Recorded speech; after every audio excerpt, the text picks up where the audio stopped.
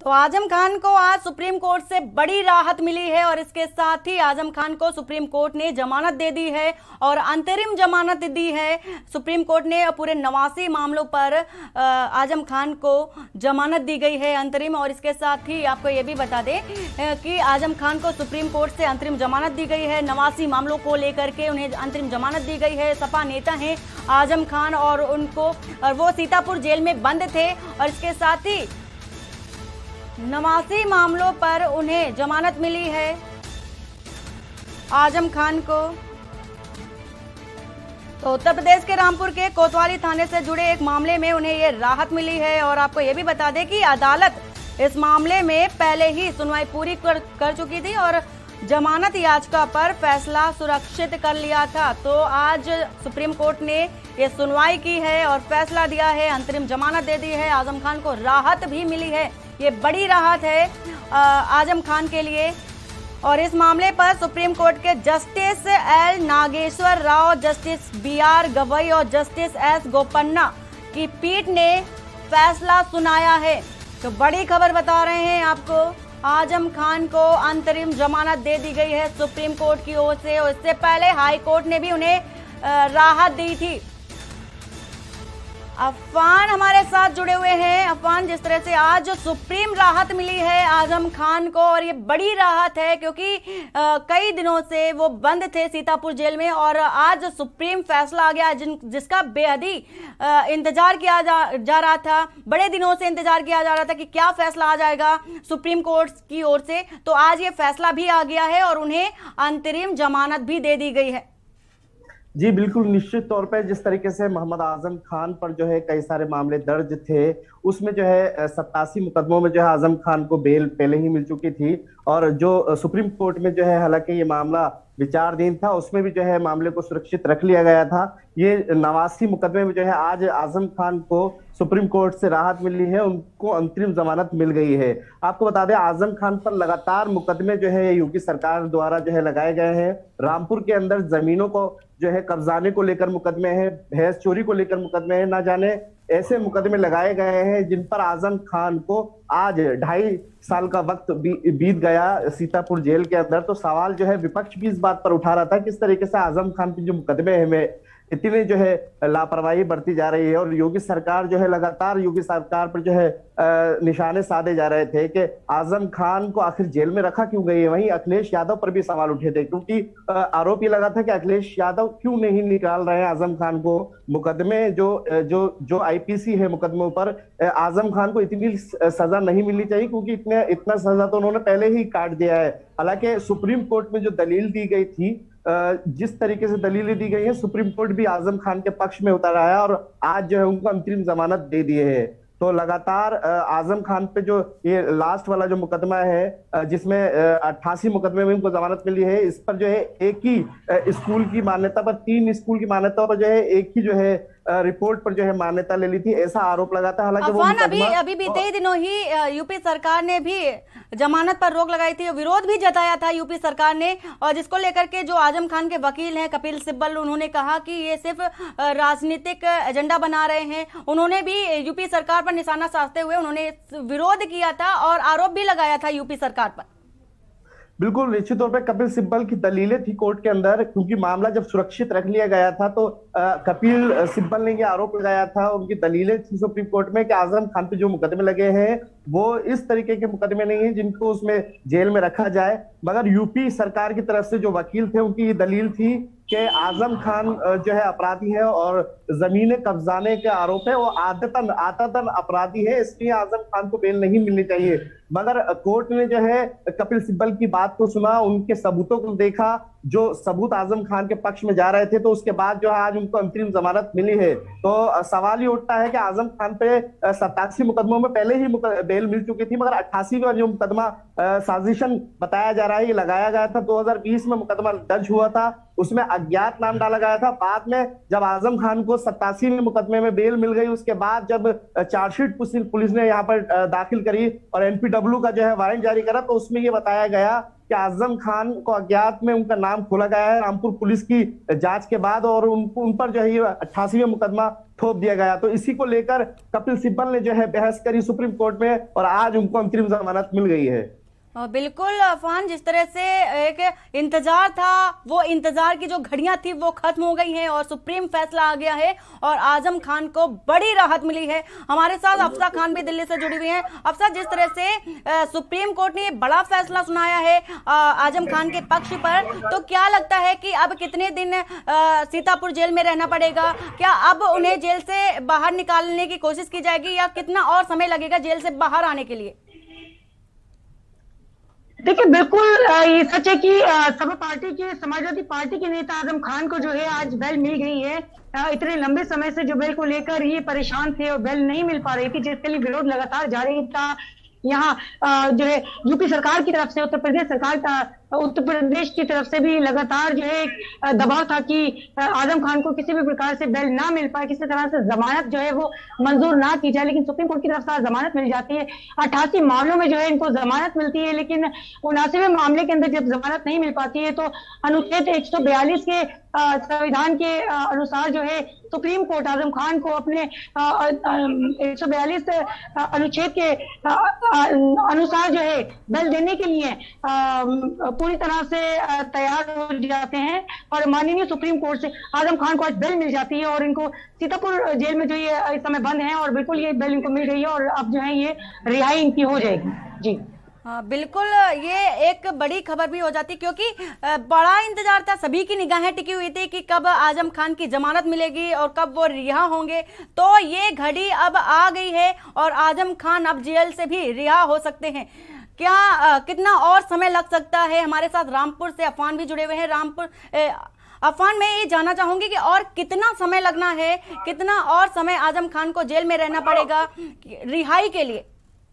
देखिए, अभी आजम खान को रिहाई के लिए लगातार उनके जो वकील हैं, रामपुर में भी वकील है, सुप्रीम कोर्ट में भी वकील है, इलाहाबाद में भी वकील है।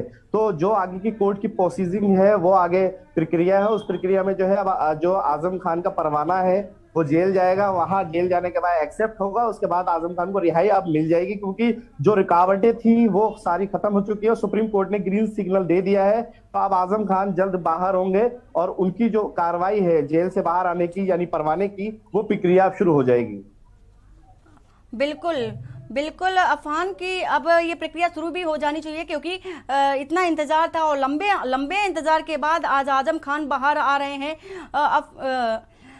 अफसा, जिस तरह से आप सुप्रीम कोर्ट के बाहर खड़ी हैं, क्या कुछ हलचलें देखने को मिल रही हैं? क्योंकि आज आजम खान की अंतरिम जमानत हुई है और आज वो बाहर आए हैं और पूरी तरह से जो भी उनके ऊपर केस लगाए गए थे उन पर रोक लगा दी गई है और सुप्रीम कोर्ट ने उन्हें पूरी तरह से राहत दे दी गई है। देखिए, बिल्कुल सुबह से हम यहाँ मौजूद हैं। सुप्रीम कोर्ट में के न्यूज की टीम यहाँ मौजूद है और आजम खान की बेल एक बड़ा मुद्दा, एक ब्रेकिंग जो खबर है, देखा जाए आजम खान की एक जमानत आज हो जाती है। और दूसरी बात है कि ज्ञानवापी मस्जिद के ऊपर लगातार सिलसिलेवार तरीके से जिस तरह से यहाँ हियरिंग चल रही है, अभी परसों यहाँ हियरिंग होती है और फिर आज यहाँ हियरिंग होती है और आज के बाद फिर समय दे दिया जाता है, तो इसको लेकर बाहर अमूमन जो है इतनी भीड़ नहीं देखने के लिए मिलती है जितनी यहाँ ज्यादातर जो है पत्रकारों की यहाँ अच्छी संख्या में, आपको यहाँ अच्छी तादाद में पत्रकार यहाँ इंतजार करते हुए नजर आ रहे हैं। किंतु यहाँ आजम खान की तरफ से फिलहाल कोई वकील, किसी तरह का कोई वकील यहाँ नजर नहीं आया है। उन्हीं के हम इंतजार में यहाँ इस समय भी मौजूद हूँ। तो कोई आता है तो बिल्कुल उनके साथ हम वार्तालाप करेंगे, बात करेंगे, किंतु उनकी तरफ से भी फिलहाल यहाँ किसी के बाहर आने का नहीं कुछ हो पाया है। जी, और समाजवादी पार्टी की ओर से लगातार आजम खान को लेकर बयान आ रहे थे कि हाँ वो प्रयास कर रहे हैं कि किस तरह से वो बाहर आए। तो अभी तक कोई प्रतिक्रिया समाजवादी पार्टी की ओर से, कोई किसी नेता या कार्यकर्ता की ओर से आया है सामने?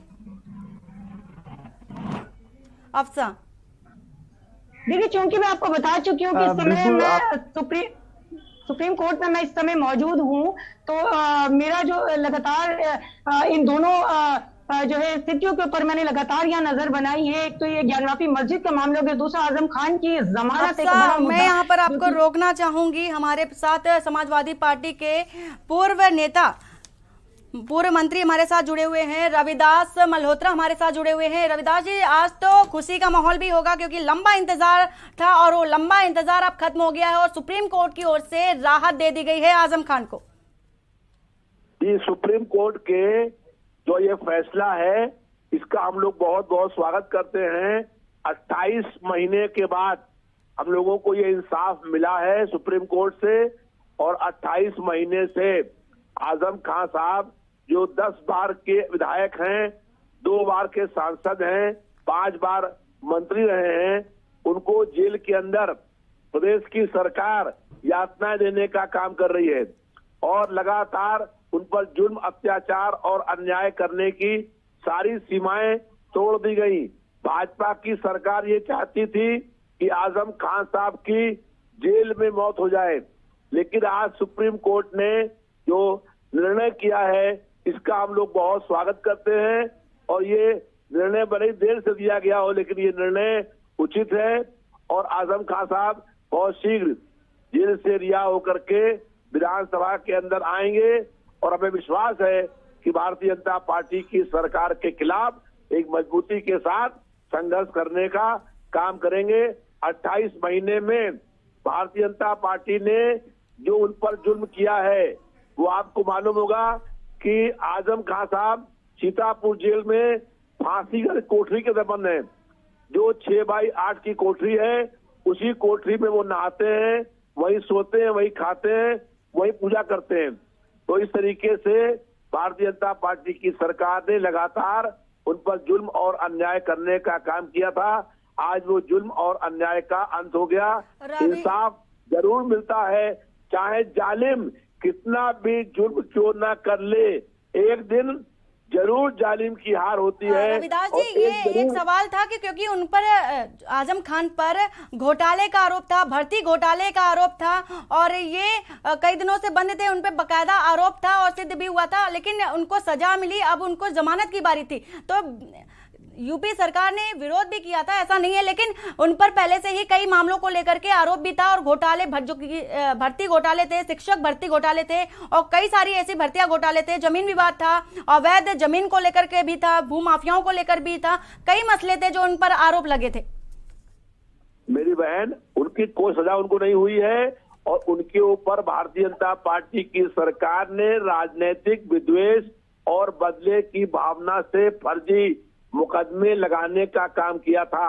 और आप बताइए, जब वो 27 महीने से लगातार जेल के अंदर बंद थे, उसके बावजूद भी आजम खान साहब के ऊपर फर्जी मुकदमा लगाने का काम किया। उन पर केस लगाया है भैंस चोरी का, मुर्गी चोरी का, बकरी चोरी का, किताब चोरी का। ये क्या प्रमाण नहीं इस बात का कि जो 10 बार का एमएलए है, 5 बार का मंत्री है, 2 बार का सांसद है, क्या बकरी चोरी करके काम करेगा? तो मुर्गी चोरी, बकरी चोरी, किताब चोरी, जो है शराब की बोतल चोरी, इस तरह के झूठे और फर्जी मुकदमे लगाने का सरकार ने काम किया है। भारतीय जनता पार्टी की सरकार लगातार समाजवादी पार्टी के नेताओं के ऊपर फर्जी मुकदमे लगा करके दमन और जुल्म करने का काम कर रही है। कहीं तापा के विधायक का पेट्रोल पंप गिराया जा रहा है, कहीं उनका मार्केट गिराया जा रहा है, कहीं जुल्म और अन्याय की सारी सीमाएं तोड़ दी गई हैं। लेकिन इसका अंत जरूर होगा और भारतीय जनता पार्टी के खिलाफ धीमे धीमे ये जन आक्रोश भड़केगा और 2024 में आप देखिएगा कि दिल्ली की सरकार में परिवर्तन और बदलाव होगा। पूरी जानकारी देने के लिए, हमारे साथ जुड़ने के लिए रविदास जी आपका शुक्रिया बहुत बहुत। सपा विधायक हमारे साथ जुड़े थे जो कि आजम खान को लेकर अपनी प्रतिक्रिया जाहिर कर रहे थे, अभी आप उनको सुन रहे थे, सपा विधायक थे। और हमारे साथ अफसा भी सुप्रीम कोर्ट के बाहर से दिल्ली से खड़ी थी, उनका भी शुक्रिया। और इसके साथ ही अफान, आपका भी रामपुर से जुड़ने के लिए बहुत बहुत शुक्रिया। तो यहाँ पर आजम खान को सुप्रीम जमानत मिल गई है और 89 मामलों को लेकर सुप्रीम कोर्ट से जमानत मिल गई है। तो बड़ी खबर आपको यही बता रहे हैं कि आजम खान को सुप्रीम कोर्ट से जमानत मिल गई है और अब जेल से रिहाई की बारी है। पूरे 88 मामलों में पहले ही उन्हें जमानत मिल चुकी है, हाई कोर्ट से पहले ही उन्हें जमानत दे दी गई थी और अब सुप्रीम कोर्ट ने भी उन्हें अंतरिम जमानत दे दी है। तो बड़ी खबर आपको यही बता रहे हैं कि आज सुप्रीम कोर्ट से आजम खान को बड़ी राहत मिली है और आजम खान को सुप्रीम कोर्ट ने अंतरिम जमानत दे दी है।